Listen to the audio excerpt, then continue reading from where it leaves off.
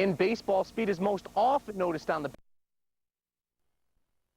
that makes it very difficult to slip through the cracks. And that's the next step, obviously. You have the guy sign, now they got to show you what they can do. Right now, they're just names on the paper, as you see right here. And guys, some breaking news for you. Lorenzo Watkins has resigned as the head coach of the Indian Hills basketball team. We'll have more on that at 10, along with highlights from this crazy gym going on right here. Back to you, John and Jody. This ring behind me may not look like much, but for this close-knit group of Ottumwa boxers, it's a home away from home. As for the third-ranked Ottumwa Bulldogs, they have quite a challenge of their own today, heading to West Des Moines Valley to take on the top team in the state of Iowa, the Tigers. The Tigers have won the last 2 state championships and are currently riding a 21-game winning streak. But that streak may be in danger tonight against a Bulldogs team that is 3-0 and is beating its opponents by an average of 50 points a game. You won't find Zach Thomas or Craig Martindale in these drills this year, but you will find a pack of wild dogs trying to do the same thing. Try to hit hard, knock the ball out. We're really good at pursuing the ball carrier, and we're just going to hope to do that again this year. It may take a few games for the offense to adjust to a new signal caller behind center.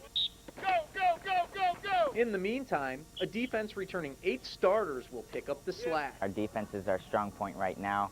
And as soon as our offense gets comfortable in the game situations, we should be well-rounded. We always think that our defense is going to carry us through games, so we know that we got to come out and stop them on the first drive. Sure, Ottumwa will miss Martindale and Thomas, but winning programs always find the key players to fill holes.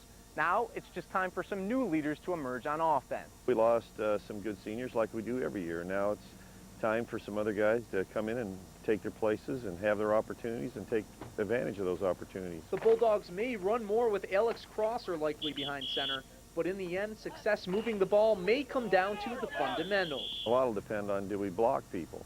Do we execute? Do we turn the ball over? If we eliminate mistakes and if we execute and if we block people, then I think we'll have a good offense. And the defense will continue to focus on smothering opponents into the dust. With your source for local sports in Ottumwa, I'm Rishi Barran. Whether it's in Hungarian, 13 csapat, 1 cél. Bosnian, Nézőgatizem a jön team. or Swedish, To nation rätt lag. the Ottumwa High soccer team sees itself as the same thing. 13 nations, 1 team. A team of different cultures with one uniting factor. We kind of speak the same language, even though we're from 12 different countries. That language is the game of soccer. Just because I may have an accent or speak a different language than you, it doesn't mean anything as long as I'm trying to get you the ball and trying to accomplish one single goal. I think it's the passion that kind of unites us. Ottumwa High School's first boys football team ever is anything but conventional. An even mix of immigrants, exchange students, and natives kicked off their season with a 16-0 win over Fairfield.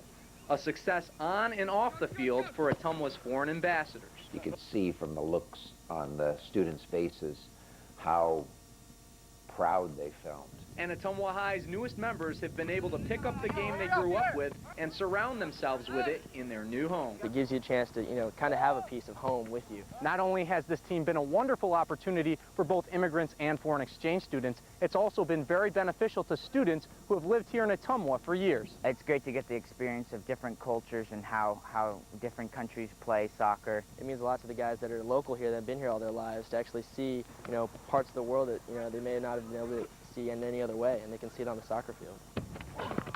In any language, it's a shot few high school athletes ever get, and the players are enjoying the ride.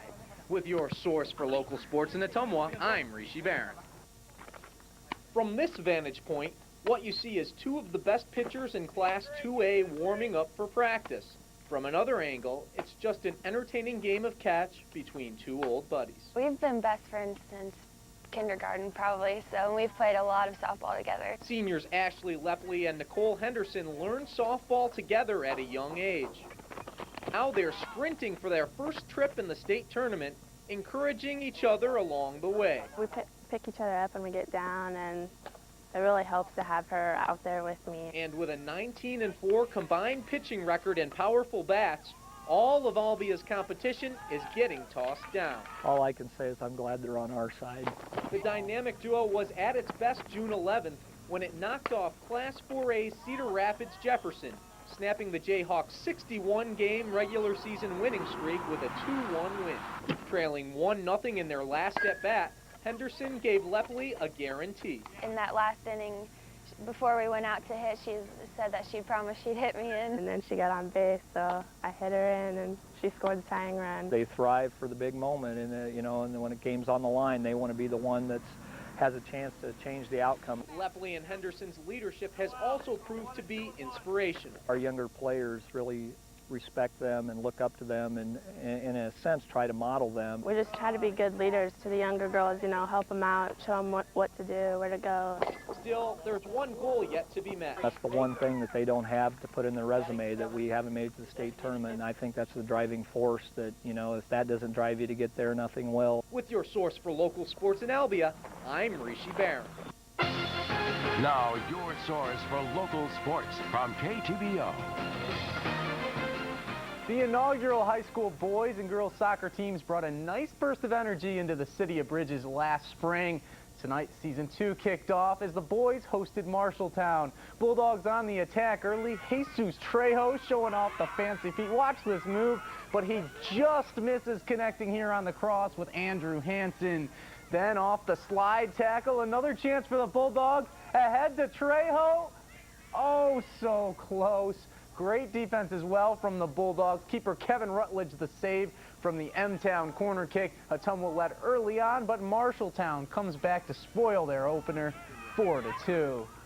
The last time the Indian Hills baseballers played at Pat Doherty Field, head coach Cam Walker was dunking a bucket of water on his players, celebrating the completion of their improbable late season run that sent the Falcons to the JUCO World Series.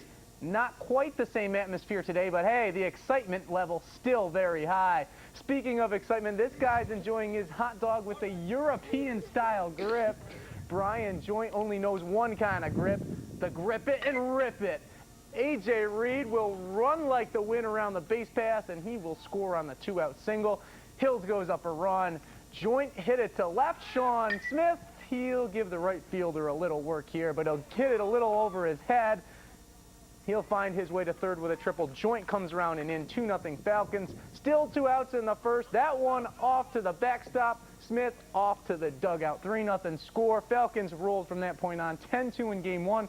They go on for the sweep with a 9-3 victory in the second game. And the Indian Hills softball team is simply mowing through its opponents. Hills sweeps yet another doubleheader today. 14-0 over Laney in game 1. That sounds good. How about 24-0 in game 2? Two former Cardinal Comets were huge in that second game. Heather Parsons 3 for 3, while Kelly Fligg got her second collegiate win. The Warriors now 21-2. And the Truman softball team just keeps on scoring runs. Bulldogs get the sweep over Quincy today, 6-3 in game 1.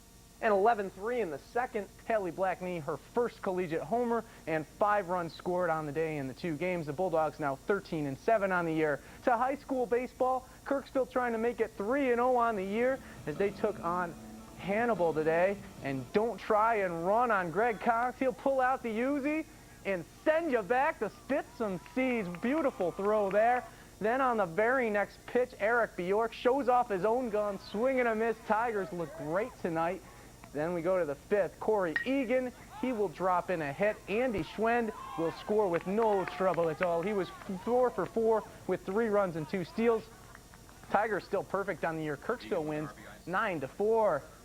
Kirksville High also hosting a 5-team track and field meet all day today, giving us our first look at the Kirksville, Brashear, Green City, La Plata, and Novinger teams. We also got our first glimpse in 2005 at the pride and joy of the Lady Tigers, their 4x200 relay team. And Katie Groschnickel, Megan Rogers, Brooke Riley, and Rebecca Hutton of that 4x200 team did not disappoint today. They cruised in that event.